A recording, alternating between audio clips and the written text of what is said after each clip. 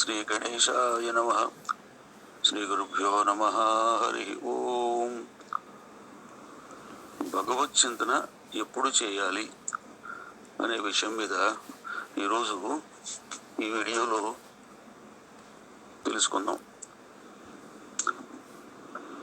చింతామపరిమేయాంచ ప్రళయాంతాముపాశ్రితాః కామోపభోగపరమాః ఏతావదితి నిశ్చితాః. ప్రతి మనిషి కూడా చనిపోయేంత వరకు, అంటే జీవిత చర్మాంకం వరకు కూడా అంతులేని కోరికలతో మునిగి తేలుతూ కామభోగాలు తప్ప జీవితానికి వేరే లక్ష్యం అంటూ ఏదీ లేదని చెప్పి నిశ్చయించుకుని ఉంటారుట. మనిషి చనిపోయేంత వరకు కూడా అంతులేని అప్రమత్తమైనటువంటి కోరికలతో మునిగి తేలుతూ ఉంటారు అని చెబుతూనే ఇంకొక ప్రమాణం కూడా చెప్పారు.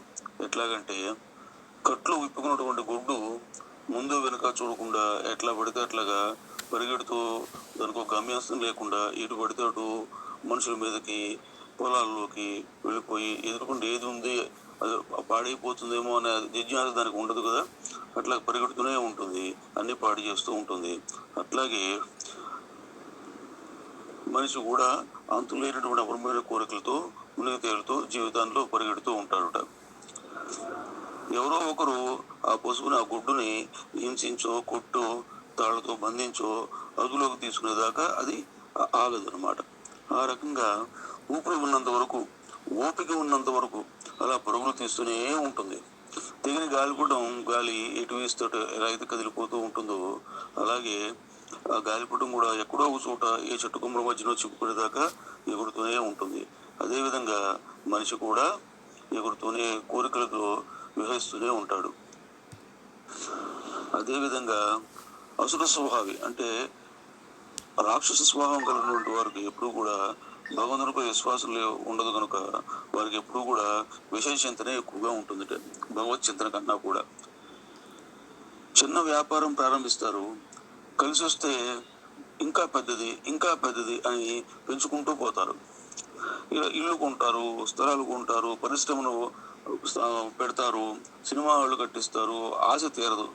ఇంకా కాలేజీలు కట్టించి విద్యా వ్యాపారం బాగుంది అనుకుంటారు. ఈ వ్యాపారం కాకుండా ఇంకో కొత్త వ్యాపారం చేయాలి, ఇంకా డబ్బు సంపాదించాలి అనుకుంటారు. హాస్పిటల్స్ కట్టించాలి, వైద్యశాలలు కట్టించి పెద్ద పెద్ద డాక్టర్లను రప్పించి వైద్య వ్యాపారం ప్రారంభించాలని చూస్తారు. ఇక లాభం లేదని విదేశాలకు వెళతారు, నిరంతరం శ్రమిస్తూనే ఉంటారు.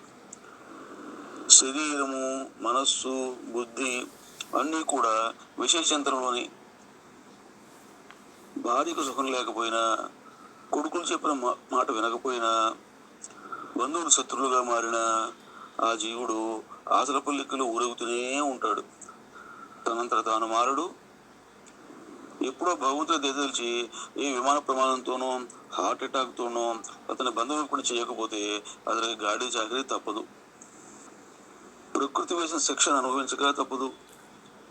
ఒకవేళ ఆరోగ్యం చెడినా, కాలో చెయ్యో విరిగినా, మంచంలో పడి ఉన్నా మనస్సు మాత్రం ప్రపంచంలో చుట్టేస్తూనే ఉంటుంది. కోరికల వేడితో విషయ చింతన అనేటువంటి అగ్గిలో కాలిపోతూనే ఉంటాడు తప్ప భగవత్ చింతనకు మాత్రం ఎప్పుడు ఆలోచించడు. బాలస్థావత్ క్రీడాసక్తః తరుణస్థావత్ తరుణీసక్తః వృద్ధస్థావత్ చింతాసక్తః పరమే బ్రహ్మణి కోంపినసక్తః. అంటే బాల్యం ఆటపాటలతో, యవ్వనం కామప్రేరితమైనటువంటి చర్యలతో, వృద్ధాప్యం చింతలతో గడిచిపోతూ ఉంటే పరమాత్మను తలుచుకునేది ఎప్పుడు అని దీని భావం. కాబట్టి ప్రతి మనిషి కూడా ప్రయత్నపూర్వకంగా భగవత్ చింతనకు కూడా కొంత సమయాన్ని కేటాయించి ధరించాలని భగవద్బంధువులందరికీ కూడా ఈ వీడియో ద్వారా తెలియజేస్తున్నాం. సర్వే జనా సుఖినో భవంతు. స్వస్తి.